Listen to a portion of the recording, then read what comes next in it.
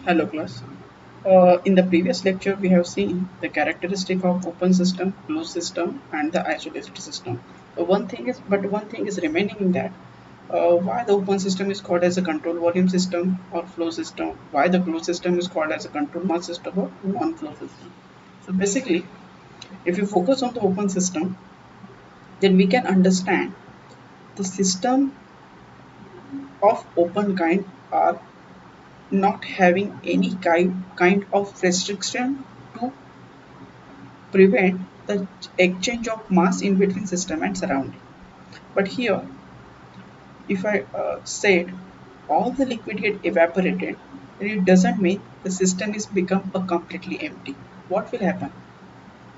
Whatever the liquid present over here, if get evaporate completely, then at the position of that liquid, a fresh air will come into the test tube.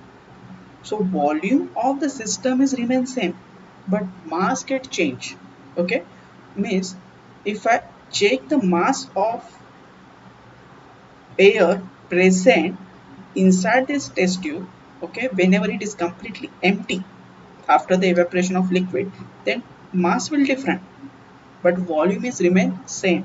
So in any case, any condition, okay, in any condition, volume is remain same in case of a controlled volume system.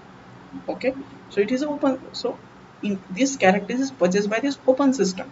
Okay, so that's why open system is also called as a control volume system, because volume is remain same inside it. Okay, it is a remain same inside it for a sake of time, until and unless I am not cutting this test tube by half in half. Okay, so it is a condition at that sake of time, it is a control volume. Whatever the volume present is inside the that system is remain same. Mass can differ if I feed this thing with grease. Okay, but obviously grease having more density as compared to the water. So but obviously for the same volume, we will get a somewhat more mass of grease if we compare with the mass of water, if we compare with the mass of air. Okay, for the same volume, but volume is remains same. So this is a control volume system. And another thing, that is flow system. Flow is take place across the boundary, so it is a flow kind of system. So it can be called as open system, it can be called as a control volume system, it can be called as a flow system. Now why it is called as a control mass system? Simple, as I have put a cap on it, no mass will change take place across the boundary. Okay, volume can change. If I make such a provision, this cap will go further and further inside the test tube. Okay, if this cap gets slide inside this test tube further and further in order to compress the air present and the liquid present inside the test tube, then volume can change, but mass present inside this system will not change. Mass will remain same. I just try to compress that mass in small volume. Means volume can changeable, but mass present inside the test tube will not change. So that's why it's called as a controlled mass system. And why non-flow system? Because no any exchange of mass take place across the boundary. There is no flow across the boundary. Okay, so this is called as a non-flow system. Okay, so this is another name of open system and the closed system. And the one thing, insulated system and non-insulated system, why we are calling it, I told you in previous lecture, if I put insulation over the this test tube and this water will heated at 100 degrees Celsius, then no heat will take place across the boundary. No mass get transfer across the boundary. Okay, because cap is present. But if this cap push it inward, and after that due to the high pressure it come upward, then displacement of this cap will take place. So work transfer is there. So it is insulated kind of closed system. Okay, in which heat will not transfer as insulation is there, mass will not transfer as cap is there, but work can transfer. So it is insulated type closed system. Insulated type of closed system. Non-insulation means right now what I have shown on the slide. No insulation is present, and you can transfer a heat across the boundary. You can transfer a work with respect to sliding moment of this cap inside and outside the test tube. Okay, so this is a thing closed system can classify as insulated and non-insulated. Okay, now we will see how work can transfer across the boundary in case of open system and closed system. Okay, okay, so for that purpose I'm supposed to use a drawing. Let's try to draw a diagram for you for the understanding purpose.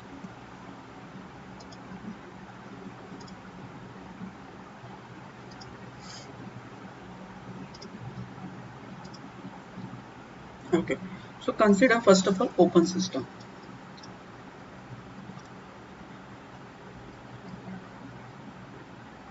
Okay, consider this is a control volume system.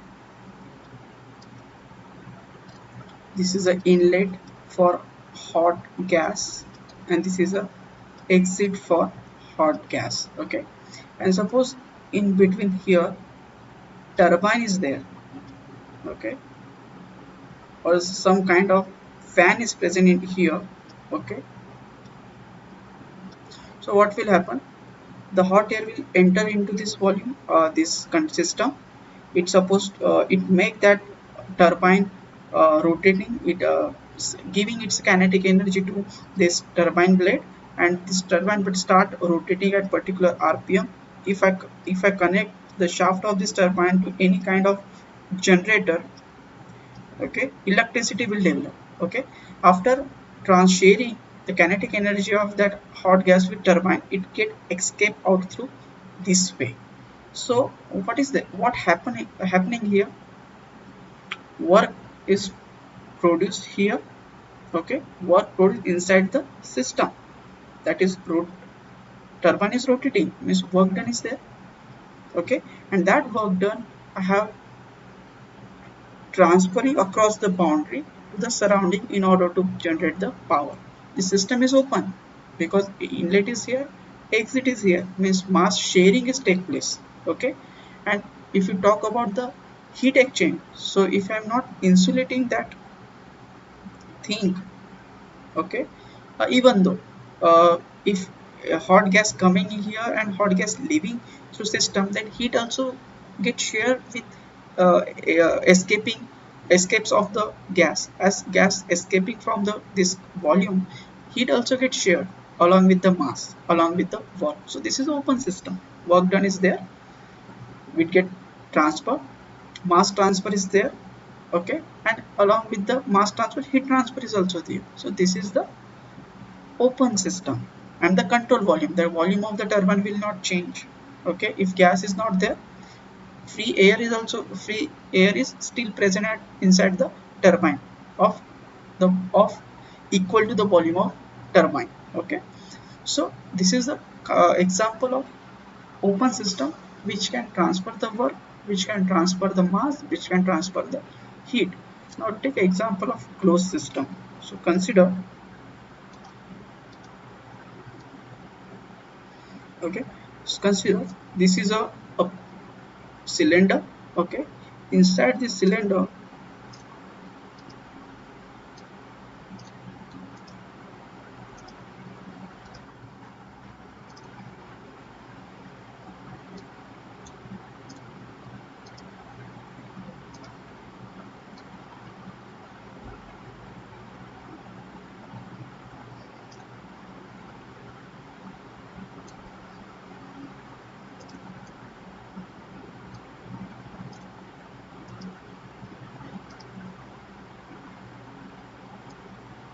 inside the cylinder, suppose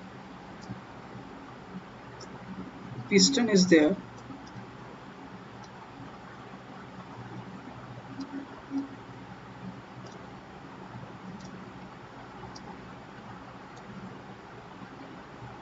Okay, and here hot gas is present inside this piston cylinder assembly. Okay, and suppose air filled mixture is present, for sake of time, and suppose any kind of blast is take place here, then what will happen, the blast will push that piston in downward direction.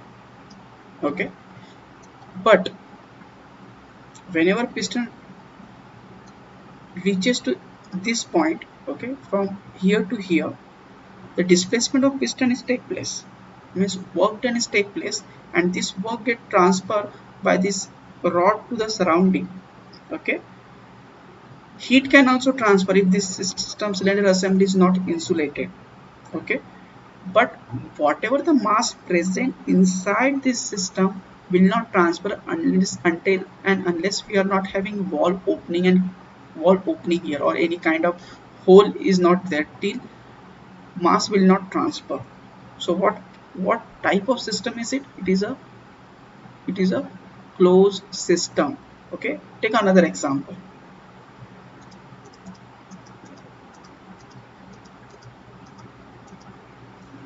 Suppose